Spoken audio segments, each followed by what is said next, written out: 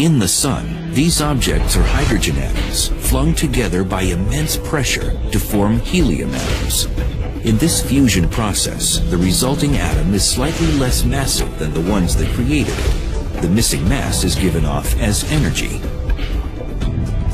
Each second inside the sun, 600 million tons of hydrogen are fused into 595 million tons of helium.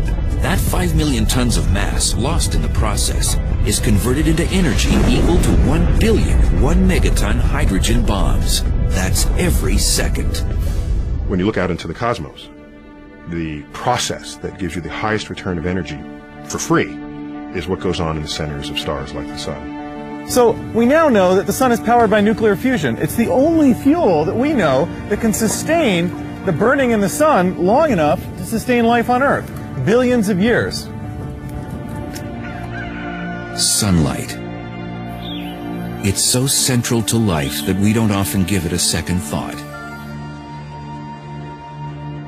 But how light gets from there to here turns out to be an incredible story. The energy created in the fusion process is carried out of the core by particles of light and heat called photons. They are what bring the warming rays of the sun to Earth. To reach our planet, these glowing travelers from our nearest star must first take a long, winding road through all the layers of the sun, like Dante journeying through the levels of hell. First, a photon enters the 185,000-mile-thick radiative zone. The region is so densely packed that the photon constantly bumps into other particles, like hydrogen and helium atoms.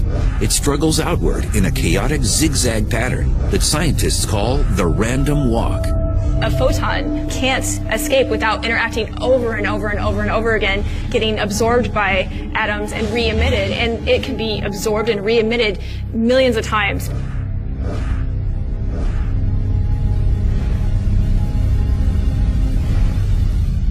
As the density decreases, as you get further up in the sun, it becomes easier, and the collisions and the interactions are less. When it finally reaches to within 130,000 miles of the surface, the photon enters the convective zone, and the pace suddenly quickens. It's carried upwards by a kind of boiling, riding along in huge columns of gas at hundreds of miles an hour, taking only 10 days to emerge on the solar surface. The incredible journey is almost over as the photon lifts off through the wispy gases of the solar atmosphere. From there, it takes only 8 minutes for it to zip across 93 million miles of space to our planet. Incredibly, by the time sunlight actually reaches Earth, it's already been in existence for hundreds of thousands, if not millions, of years.